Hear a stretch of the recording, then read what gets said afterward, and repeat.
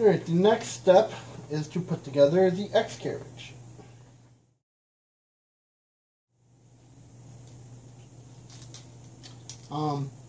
The nuts are a very tight fit, so they may not want to go right in, but as long as you kind of, what's the word for it, keep it centered around the hole and just tension it in, it'll go in.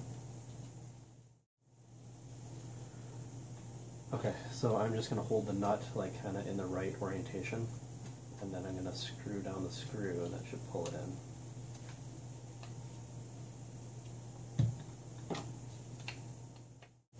Oh, the parts are rounded, so you kind of want the rounded end to poke out because that looks good. It's flat on this corner.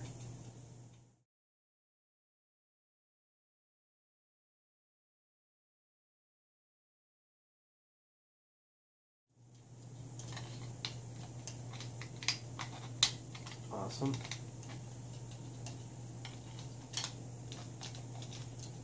Good. I'll put the bearings on the rods. Remember to wipe them down.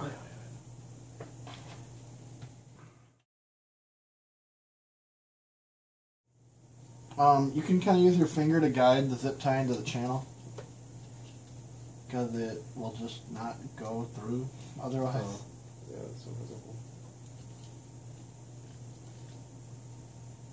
Or if you can't get your finger in there because you have huge fingers like me, you can always utilize some other type of apparatus like a screwdriver.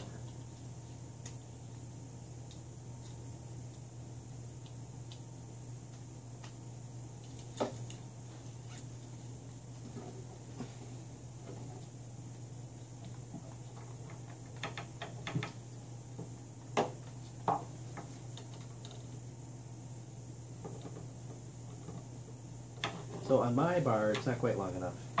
So I'm just going to put it on like halfway, just so that the end of the bar is clearing the screws.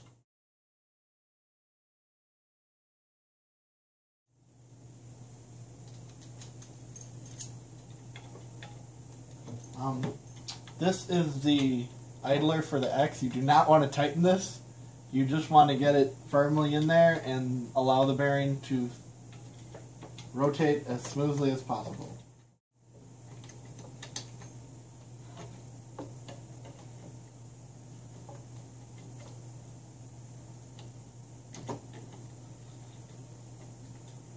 Are you fully seated? Not yet. No, I think I am.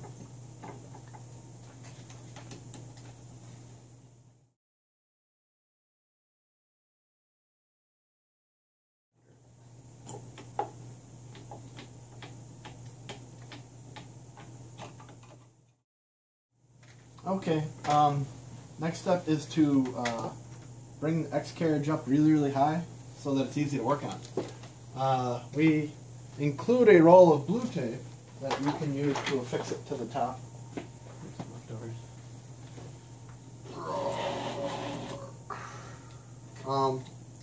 The bearings might just be sticky enough because they haven't worked in very well to the point where it's not even necessary, but I'll do it just for the sake of demonstration.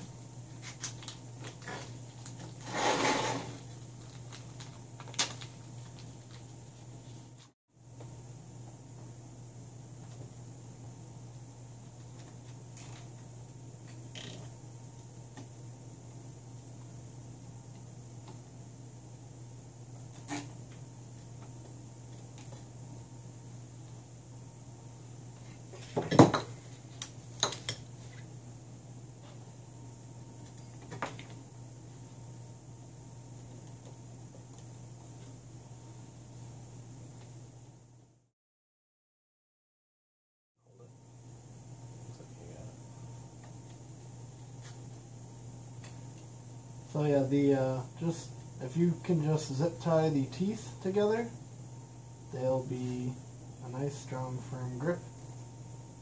2 or 3 teeth.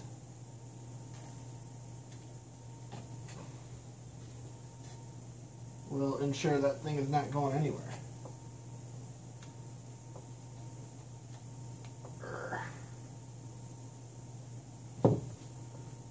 And then we just need to make sure it's tight. On the other side, it's important to do a twist so that the flat end is on the bearing.